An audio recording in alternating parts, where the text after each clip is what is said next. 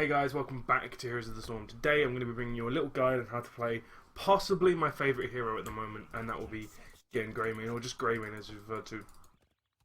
So, Greymane's different, and I really enjoy him because he's the first transforming hero that we've had in the game. He's the first hero who, depending on what sequence of abilities you do, what abilities you cast, you change form and it entirely alters your playstyle. And he uses a combination of my two favourite heroes in the game, and that will be ranged assassins and melee assassins, and he just plays them both really, really well. He's a very, very high skill cap hero, and in my experience, this obviously extends into the late game, but he's the first hero in the game who you really can you can be at a third or a half or even a quarter in some cases HP, and someone will attempt to duel you and they are at max HP, and you'll be able to win that duel providing there's no outside interference from anyone. You'll be able to get somewhere, and that all comes down to how you use his abilities and how you use his kit to its fullest potential. So what I'm going to do today is I'm going to go over my favourite build, and that is the Worgen build. This is obviously, as the name suggests, you get most of your damage and most of your power comes from your Worgen form, and your human form is really for positioning, for disengaging, and for poking and that kind of stuff. But the first thing I want to go over is I just want to go over how his abilities work. And I'm not really going to go in too much detail about the Qs. I'm just going to kind of talk about the E's, or the W and the E. So Inner Beast is your most important ability. If this ability is not effective and is on cooldown, you are just a target. You have very little mobility, providing you're not in Worgen form. And you have Disengage, and even that, you're not going to have amazing amounts of mobility. But if you have Inner Beast up, and you're in range of someone, either in human or Worgen form, you will be able to deal ridiculous amounts of damage to them in an incredible amount of time. This makes it incredibly good. If you can find yourself into a position where you know for however many seconds you'll be able to get basic attacks off on someone, say a melee assassin walks through your creeps and you can start to step him, you can just pop this ability and go bang, bang, bang. Even if you don't take, I mean, I massively think that Wolfheart is the best talent on this tier, but a lot of people disagree with me. But even if you don't take Wolfheart, you can just walk through. In fact, I'll see if I can show you it. And it just means that you can get so much damage off on them that you'll force them to do things that they otherwise wouldn't want to do, like backing or tapping really early on. And basically you can just step up, get in basic attack range, and if they try and get step in, you can just, start doing that. Obviously it's an AI, so they're not going to retreat too much, but if you can force them to to step up to get a regen globe or something, you can deal ridiculous amounts of damage. And this is me stud stepping Arthas, just so I can avoid the W when it inevitably comes out. And then when he's on this low health, I can just go in for the kill. And that's basically how you play Greymane, like, in a nutshell. Obviously, with the Worgen form, you have a little bit more to it, but that's the power that W can have, and I was using it incredibly ineffectively there. But anyway, let's get onto the build real quick, and let's see if I can give you guys some tips on how to play him. So at level 1, as you probably have imagined or have guessed by now, I like Wolfheart. The reason I like Wolfheart is this means that if you use Inner Beast at the start of a fight and then it drops off for whatever reason, it will be up again if the fight re-emerges or it happens again. And so if you're in the middle of a team fight and if somehow you manage to go 3 seconds without having an attack, but you're on like a 17 hit combo, the hit combo is displayed up here, so if that goes above 16, there is no cooldown on the ability. If you can get it above 16 in the middle of a team fight, it doesn't matter that if you might lose someone real quick, and then your stacks will just drop off. Instead of having to wait a whole 16 seconds for it to come back up, you won't have to wait anything at all, and I think that's invaluable and is incredibly useful compared to the other ones. Viciousness arguably is right, but not for this build. I think Wolfheart is the only talent on this tier for this build. Remember, this build is the Worgen build, so most of your damage is going to come from you going into Worgen form, doing that kind of good stuff. In that effect, a lot of people like Insatiable here. Now, I am going to say that it's very difficult to judge this talent.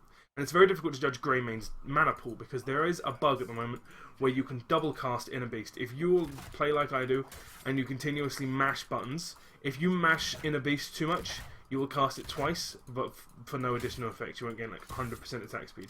You will gain 50% attack speed, but the problem is your mana will be drained for twice as much. So instead of costing 70 mana, it costs 140 mana. So it's very difficult to judge his mana pool. I still don't like Insatiable. I think a very, very good talent here is Thick Skin. And I'll tell you why. I like Block. I like Advanced Block more, but I like Block. And I think Block is really, really, really good when you can manually activate it, such as when you use it on Artanis' parry. you can do that kind of stuff. I think it's incredibly good when you can be like, I want to block now, and then you can do it. And when you activate Dark Flight, when you jump into the fight, you want to activate block.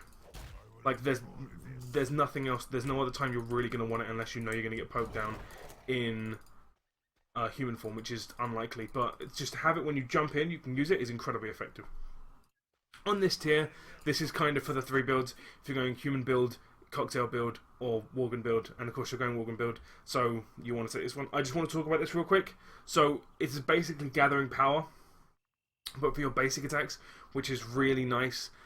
As a result of this, you are going to want to play slightly cautiously until the point where you really get into the late game. Once you get massively into the late game, if you have 10 stacks of this and you're dealing 30% increased basic attack damage, you are going to literally 2-shot people. Well, maybe not literally, but like 4-shot people.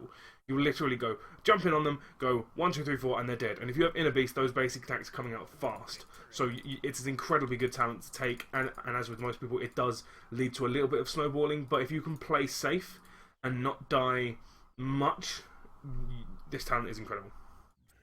Now, a lot of people have said that Marked for the Kill is good on the Worgen build because it allows you to engage from an incredibly long distance. I agree it allows you to do that, but I disagree that it's good. And the reason I say that is because, one, it's a skill shot and you can't reactivate it, so it is incredibly difficult to land, especially on the target that you want to land it on. And if you land it on a target that you don't want to land it on, it might really suck. And if you're using it at close range, sure, the 25% increased damage is really nice, but I don't think it's worth taking, you know, not taking it. You'll be amazed at how many kills you'll pick up with Go for the Throat. And I think Go for the Throat is incredibly useful. A little tip, I wonder if I can show you, I'll see if I can. A little red logo appears that looks similar to the logo you're about to see, but in red. Looks like that, but in red, above the hero, and smaller. Above an enemy hero, and that means they will die from Go for the Throat. So if you cast Go for the Throat on them, I think it's a case of, even if they die, and it's not your attack that does it, say like you do 1 swipe, because the damage is swipe, swipe, swipe. If you do 1 swipe and then they die before the second swipe comes in, as long as you're over the duration of the animation, you'll still get the proc, so don't worry about it, you should do it. I found it a little bit buggy. There's been a couple of times where I've been credited for the kill, like it comes up 1 kill and it hasn't refreshed, so I'm not entirely sure what's going on with that, but it works most of the time. So the way you want to use that is you want to use it when the logo's appeared and try and use it on the squishy person as best as possible. Don't be afraid to use it on someone who's... It's awkward, but if you're already in Worgen form, don't be afraid to just use it anyway. If you can get a kill with it, it's useful. I would even say it's almost good to use it in Worgen form, because it means then you can disengage back straight away without having to have the cooldown on it. Anyway. At level 13, I believe we're? Yeah, we're at level 13. Now, this is where things get slightly strange, and there's 2 talents you can pick here, really. A lot of people say there's 3, I don't agree with the 3rd one. The 2 I would pick are Running Wild, which means that it's just safer. Like, you can disengage further, you can engage from further away, you can disengage further away. If you're worried about dying, or you have incredibly high stacks and the only reason you're going to die is if you get caught out, Running Wild's going to be the one for you. However, if you're having trouble sticking to people and you can keep your your Inner Beast stacks high for a long time, On the Prowl is going to be probably slightly better. Some people will say that Visceral Attacks is good. I disagree, just because while it's nice to have that little gap closer, in a minute I'll go through what the abilities do and tell you how you can use most of them in 2 different situations most of the time. It's not really that much damage, and you should just be basic attacking them anyway. So while it's nice, I don't think it's better than Running Wild or On the Prowl. I really like Running Wild. I think Running Wild is incredibly strong. On the Prowl is just 30% movement speed. Read this carefully, because I didn't.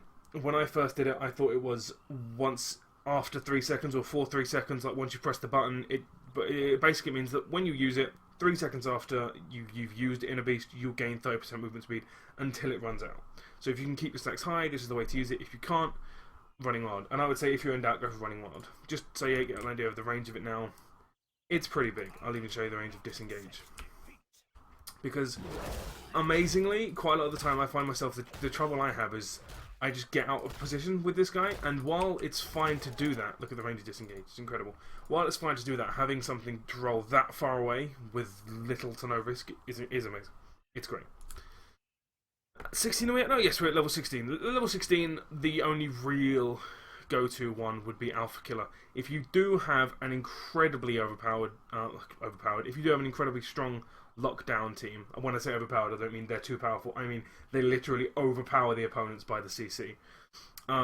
You can use Execution, obviously, it's going to be incredibly strong. This is basic attacks only, so it fits into this build quite well. But Alpha Killer is going to be incredibly good, especially if they have a few tanks or just a few high health heroes like Asmodan, Stitches, Diablo, people like that. Alpha Killer. Incredible. If in doubt, Alpha Killer. Level 20 is quite an interesting one. I've found, I don't know if this is just how the game is at the moment, but I've found that my games don't normally go to level 20 that often. Strangely. A lot of people like Tooth and Claw, and I think that there's two cases here for both of the abilities which I'm going to go for, and they're kind of obvious which abilities I'm going to go for. Tooth and Claw is good if you're having trouble closing out the game. If you're down to the enemy's core and you have, like, say, 70% left and they're down to your core, basically it's going to come down to a base race, and what you want is you want to clear the enemy's minions as fast as possible to get to the core to kill it. Tooth and Claw is going to be amazing. And this is going to be really good against people that have split pushing or people that are pushing as 5. Just basically, if they're close to winning and you're not, and your team isn't really looking for a team fight, Tooth and Claw will be like really, really good. However, I would say if you are in doubt, if you're not sure, just go for Unleashed. This means that if you get good at using Go for the Throat, you can kill their entire team once they get on low health. And as is the nature of MOBAs, once you kill one member of their team, you're more likely to get the other 4 members of their team on low health to then kill them, and then even more likely to get the 3, and so on and so forth. So, if you can continuously jump about and just kill people, and that's basically you doing your job fine. So I would say Unleashed is very, very much, if you're in doubt or any form of questioning, go for Unleashed. If you're absolutely 100% sure, don't discount Tooth and Claw, and maybe look for it if you just need more minions about. Because, of course, you killing their minions will mean that your minions get close to the core so you can deal more structural damage. Now, this is why this guide is going to take a little bit longer than usual. Now, I'm going to go over basically every way you can use every ability and the other way you can use it, almost all of them. And normally I do this and it doesn't take too long, but because there's loads of abilities because it's 2 different forms, it might take a little while. So, let's get started.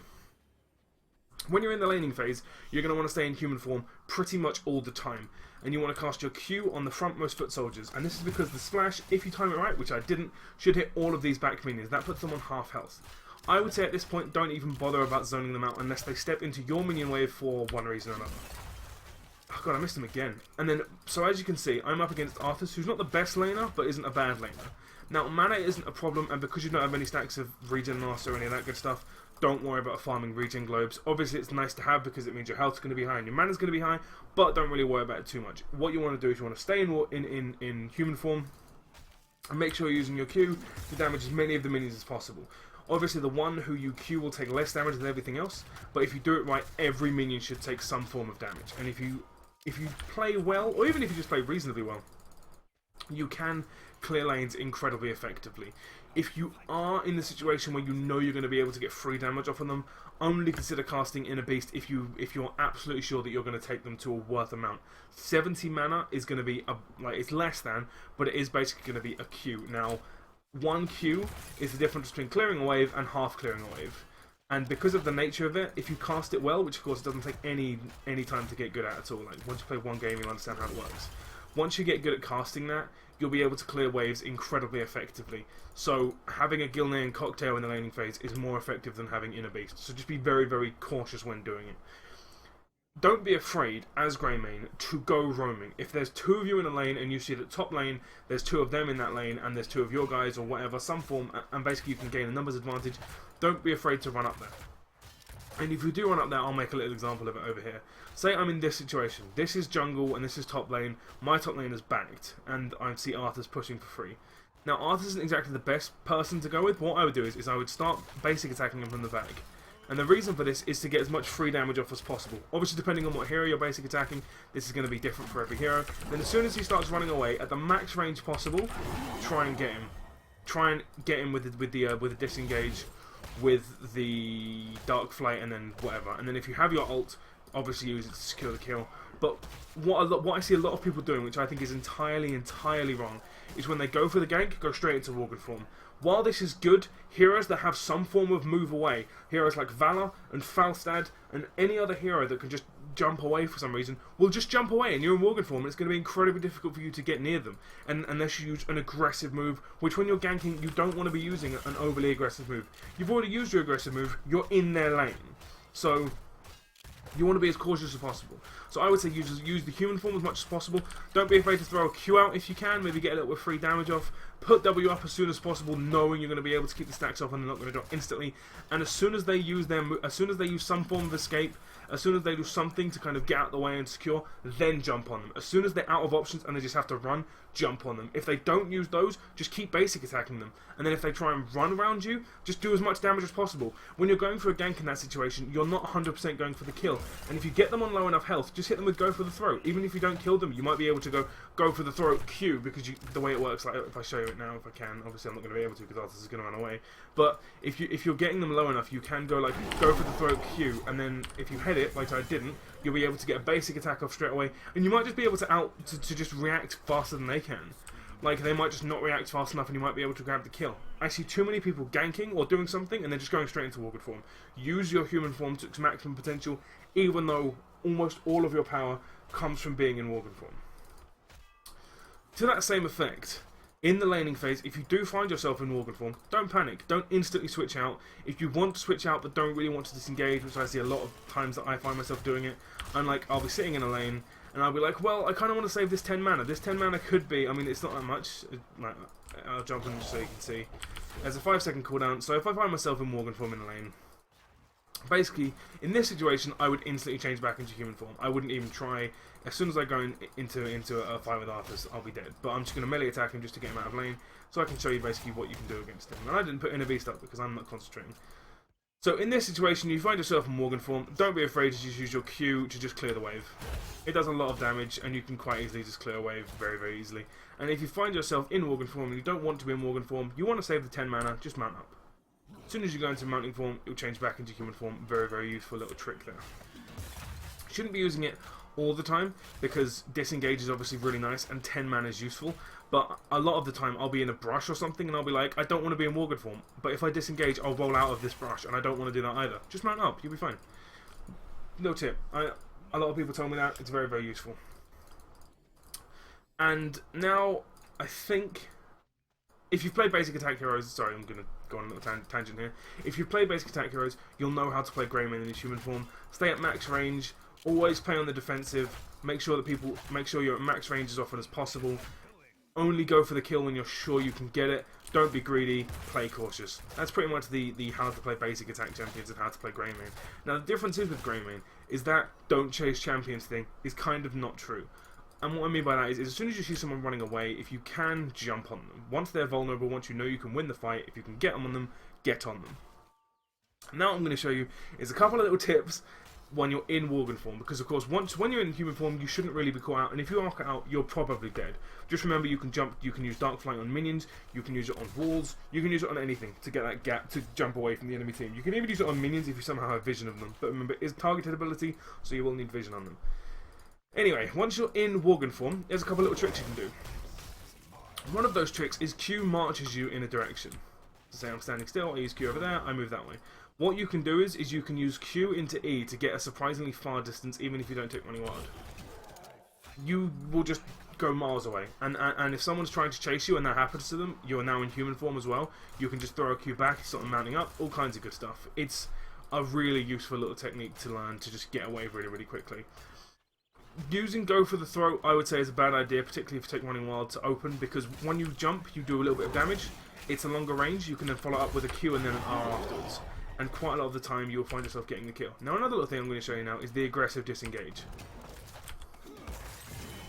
And that's how you do it. It's pretty simple. Please bear in mind that when you're doing this, you are incredibly open to being locked down and killed. If you're up against someone like a Kel'Thas, or even like a Jaina, or someone just around and about, if you do the aggressive disengage, you are basically going all in to kill that person. And if you don't kill that person's most likely going to kill you. You do have I think it's a 6-second cooldown afterwards. I'll check it out real quick.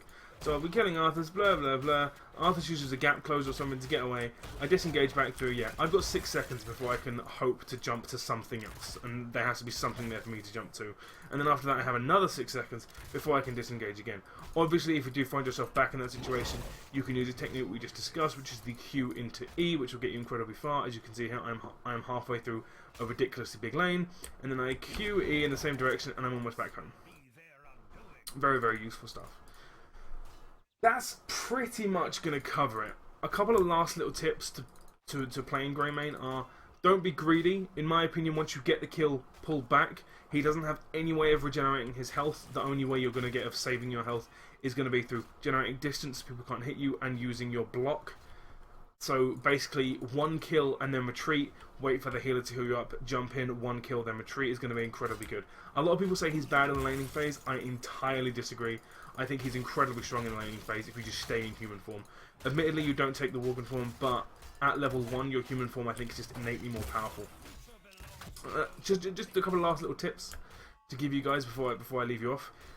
When I'm going to just read you out. So, Curse of the Worgen. This is his passive ability. While human, your basic attack is ranged. While Worgen, your basic attack is melee, but deals 40% more damage. This means if you're taking melee camps or you're dueling someone, don't duel them in human form. Always go into Worgen form. You are literally dealing 40% less damage while in human form for no reason. If I'm dueling Arthurs, like say I was dueling Valor and I was just like I was dueling, this minion was Valor, it would be useless to do that because Valor will beat me. But if I go into melee form, she won't. And then, of course, once you go into melee form, you force her to try and disengage. That disrupts her, and then if you can force her to use a Volt, you can then Q and E back away. And then that means you've disengaged, and it doesn't really matter because you're not being greedy because you're playing Greymane well. There you go. A couple of little tips there for you. I hope this guide has helped. I think Greymane is quite possibly the most fun hero in the game at the moment. Now, I know I say this a lot, but if you look at my history recently, I've just played so much Greymane. That's because Greymane just makes sense to me. I think he's an amazingly fun hero. I'm really looking forward to seeing how they deal with more transforming heroes later on. I really hope this guide has helped. Anyone play him, just try him out if you haven't. Pick him up if you can. Thank you very much for watching. I have Mr. G, and I will see you next time. Kill him. Wow.